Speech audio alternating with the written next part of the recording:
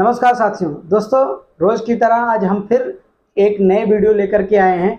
हमारे इस medical YouTube channel पर मैं रोज़ कुछ न कुछ महत्वपूर्ण स्वास्थ्य संबंधित जानकारियां लेकर के आता रहता हूं। तो आपका स्वागत है हमारे इस चैनल पर। इसी के साथ आगे बढ़ते हुए हम आज बात करने वाले हैं बिनाइन प्रोस्टेट एनलार्जमेंट नाम की बीमारी के बारे में। दोस्तों, बिनाइन प्रोस्टेट एनलार्जमेंट में क्या होता है कि आपकी जो प्रोस्टेट की ग्रंथि है वो बढ़ जाती है। वो बढ़ने से आपको बहुत सारी तकलीफ़ें होने लगती हैं। वो बढ़ जाएगा तो आपको पेशाब में रुकावट होगी। आपको जो है कई बार क्या होता है कि पेशाब पास ही नहीं होता है, पेशाब रुक जाएगा अचानक से और आपका बीपी बढ़ जाएगा, क्योंकि पेशाब रुकेगा तो प्रेशर हार्ट पर भी पड़ेगा और ब्लड पर भी पड़ेगा और ब्लड प्रेशर आपका हाई हो जाएगा। ऐसे कंडीशन में आपको बेचैनी, उलझन और दर्द भी हो सकता है, पेट में दर्द भी हो सकता है। जहाँ पर आपके पेशाब की थैली है वहाँ पर दर्द हो सकता है। तो ऐसे कंडीशन में ये ग्रंथि बढ़ने के कारण हो जाता है। और इसका कारण क्या है? मुख्य कारण इसका हार्मोन्स में बदलाव होना। उम्र बढ़ने के साथ साथ आपके शरीर में बहुत सारे हार्मोन्स के बदलाव आते हैं, जिसकी वजह से वृद्धावस्था में ये अधिक बीमारी देखने को मिलती है। इसमें प्रोस्टेट की ग्रंथि जो है थोड़ा सा इसका साइज बढ़ जाता है, चर्बी वहाँ पर आ जाती है, वो बढ़ जाता है। तो इसके कारण से आपको ये प्रोस्टेट बिनाइन प्रोस्टेट एनलार्जमेंट की समस्या देखने को मिलती है। तो अब बात करते हैं कि इसका पता कैसे आप लगाएंगे कि आपको ये बीमारी हुई है नहीं, डायग्नोसिस कैसे करेंगे। डायग्नोसिस करने के लिए दोस्तों आपको डॉक्टर क्या करेगा? अल्ट्रासाउंड कराएगा। अल्ट्रासाउंड में आराम से पता चल जाता है आपको बिनाइन प्रोस्टेट है या नहीं। अब बात करते हैं इसके इलाज की। इलाज भी दोस्तों कुछ दवाइयाँ दे करके अगर नहीं ठीक होता है तो आपको जो है कैथेटर लगाना पड़ता है। तो पहली बात तो अगर इमरजेंसी केस आया आपके पास, पेशाब नहीं पास हो रहा है, सबसे पहले उसको कैथेटर लगा के उसका पेशाब आपको पास करवा देना है। तो कैथेटर जो है पेशेंट के एज के अनुसार से होता है, तो एज के अनुसार से उसको आपको यूज करना है। अधिकतर जो है आप 14 नंबर डालें। 14 नंबर की साइज़ जो है नॉर्मल होती है और सब में चली जाती है। और इससे ऊपर अगर आपको लग रहा है तो आप 16 नंबर भी डाल सकते हो। 14 और 16 ज़्यादातर सही रहेगा कि आप 14 नंबर ही कैथेटर डालें। अब बात करते हैं इसके इलाज के बारे में।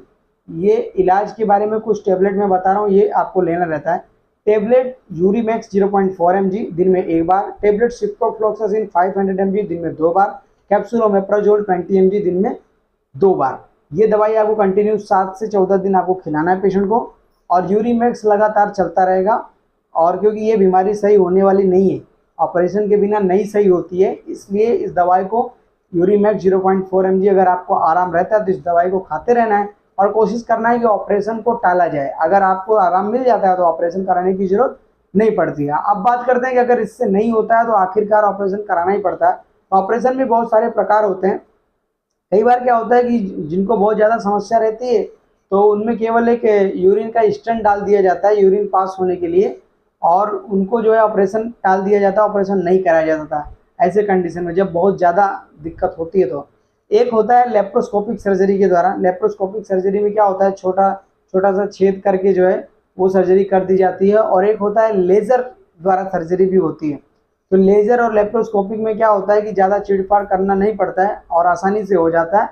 एक है कि ओपन सर्जरी, जब बहुत ही ज़्यादा दिक्कत होती है तब ओपन सर्जरी किया जाता है। और कई बार लेप्रोस्कोपिक सर्जरी और लेज़र सर्जरी महंगी भी पड़ जाती है, तो कई पेशेंट जो है ओपन सर्जरी कराते हैं, पैसे की वजह से भी कराते हैं। तो ये सर्जरी करके जो है पेशेंट को ठीक किया जाता है।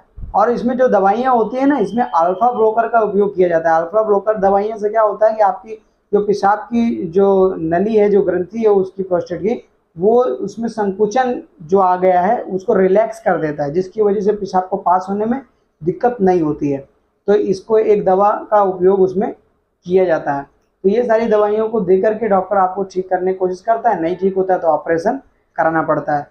तो दोस्तों, ये रहा आज आपको मैंने बताया बिनाइन प्रोस्टेट एनलार्जमेंट नाम की बीमारी के बारे में, जिसका मैंने आपको पूरी जानकारी दे दी। अगर आपको वीडियो हमारी पसंद आती है तो चैनल को जो है सब्सक्राइब जरूर करना, सब्सक्राइब करना मत भूलना। साथ ही साथ लाइक करो और शेयर भी करो, ताकि मुझे और भी वीडियो बनाने के लिए मोटिवेशन मिले। तो अभी के लिए बस इतना ही। मैं फिर मिलूँगा आपके साथ किसी अन्य विषय वीडियो के साथ। धन्यवाद।